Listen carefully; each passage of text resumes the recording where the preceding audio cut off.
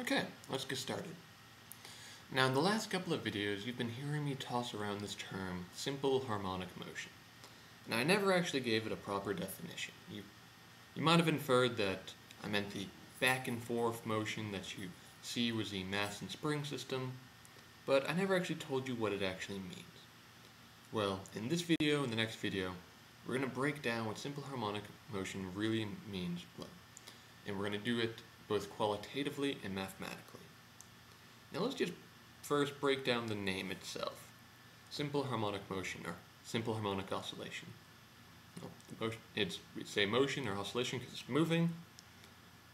The word harmonic is often used to describe sine and cosine waves. And we know that sine and cosine waves describe this motion. And we called simple because it oscillates with one frequency. One frequency. And we've been calling that frequency, or angular frequency, omega. Now, just to demonstrate, here is an oscillation that occurs with one frequency. Notice that it almost like this, the peaks are uniformly, evenly spaced. Here we see an oscillation that changes frequency. Notice that the peaks get closer together than farther apart. So you could say simple harmonic motion is just the motion described by the sine and cosine waves with one frequency. But to really understand what causes simple harmonic motion, we have to go back to that potential energy curve that we saw in the last video. So let's just recreate that here. So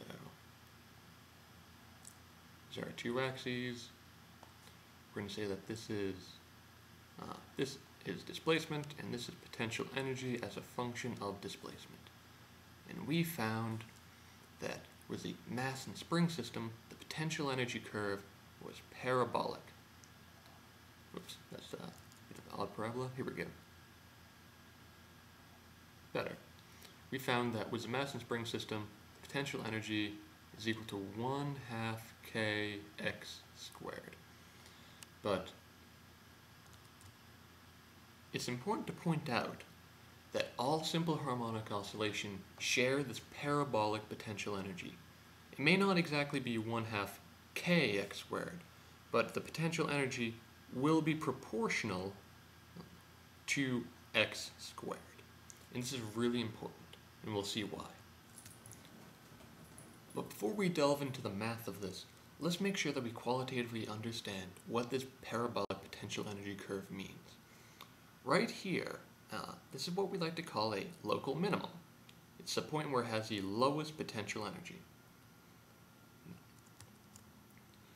Now, if we were to try and move the system away from that local minimum, we're displacing it away, and it requires more and more and more energy to go farther and farther away from that position where it had like a minimum potential energy. So if we displace it, it requires more and more energy to go farther away, and if we were to let go, if we were to stop displacing it, it will try and return to this configuration where it had the lowest potential energy. So you can almost imagine it like, imagine this parabola as an actual well, and you can almost picture our system as like a ball confined to this well. If we could try and, normally if the ball is at rest, it'll be centered at the bottom of the well, where it has the lowest energy.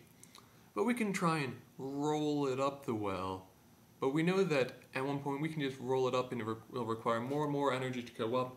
Then if we let go, what happens? It wants to return to the minimum, potential energy minimum position. So it's going to roll down, and we know it's going to, from experience, it's going to overshoot, go back up, then it's going to oscillate back and forth around this minimum.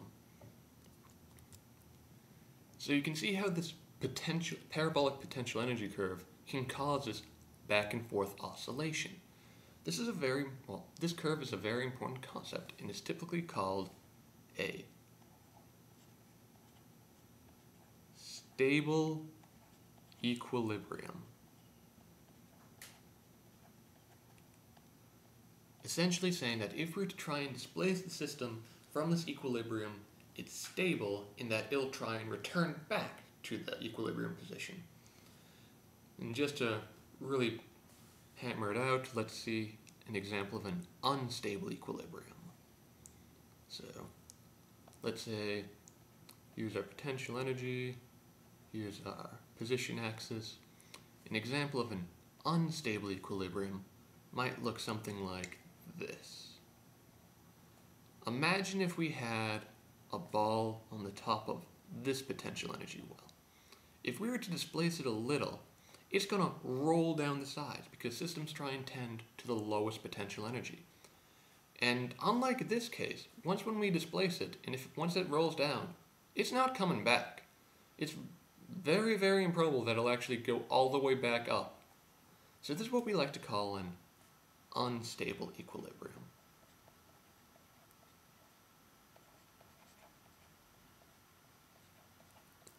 There we go, unstable equilibrium.